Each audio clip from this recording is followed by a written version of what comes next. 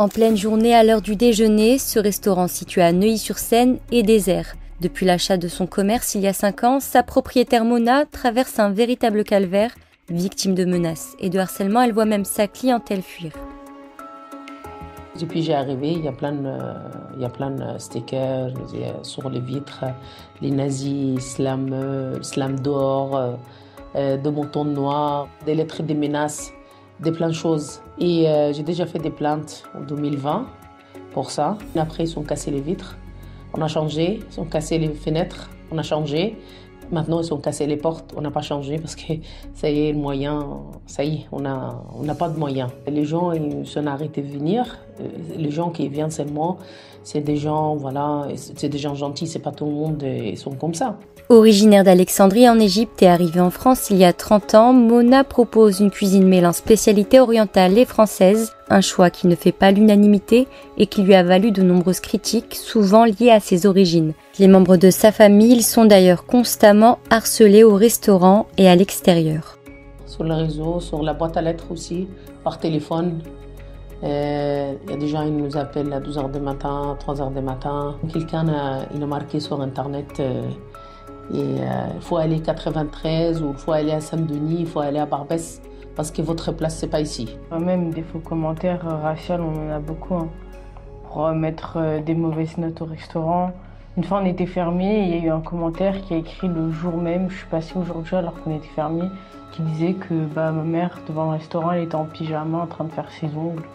J'ai été attaquée plusieurs fois pour la cause de mon voile.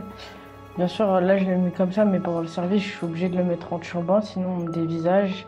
Ou une fois, je me suis déjà fait agresser. Il y a une dame, elle est rentrée, elle m'a accusé que j'avais cassé sa voiture, défait ses pneus, parce que j'étais une arabe, que j'étais raciste envers elle, alors qu'aucun rapport. Et je lui ai expliqué que j'avais rien à voir avec, et je sais pas. Ou même une fois, je venais pour aider mes parents, je sortais du métro. Et je traversais la rue et un vieux monsieur, il a arraché mon voile. Et il m'a dit c'est quoi ça, cette saloperie, enlevez-le. Et moi, ça m'a choquée. Du coup, je suis partie, j'ai tracé ma route, je savais pas quoi dire. Avec très peu de clients au quotidien, Mona a mis son restaurant en vente dans l'espoir de rembourser ses crédits. Mais avec un chiffre d'affaires quasi inexistant, la restauratrice explique que les offres reçues ne couvriraient même pas la moitié de ses dettes. On n'a pas payé le loyer, ça fait presque 7-8 mois. J'ai pas payé le loyer de ma maison aussi. Il y a toujours des problèmes avec la banque parce que j'ai un crédit. Alors, j'arrivais pas à payer mes crédits. Alors, du coup, ça sert à rien, je garde en affaire. J'ai pas demandé aucun centime à personne, c'est le contraire. Mes enfants, ils travaillent et ils me donnent tous son salaire. J'ai 5 enfants, du coup. Mon mari me donne son retraite et tout ça, c'est payé. En racontant son histoire, Mona tient à souligner qu'elle n'a sollicité ni cagnotte ni aide extérieure.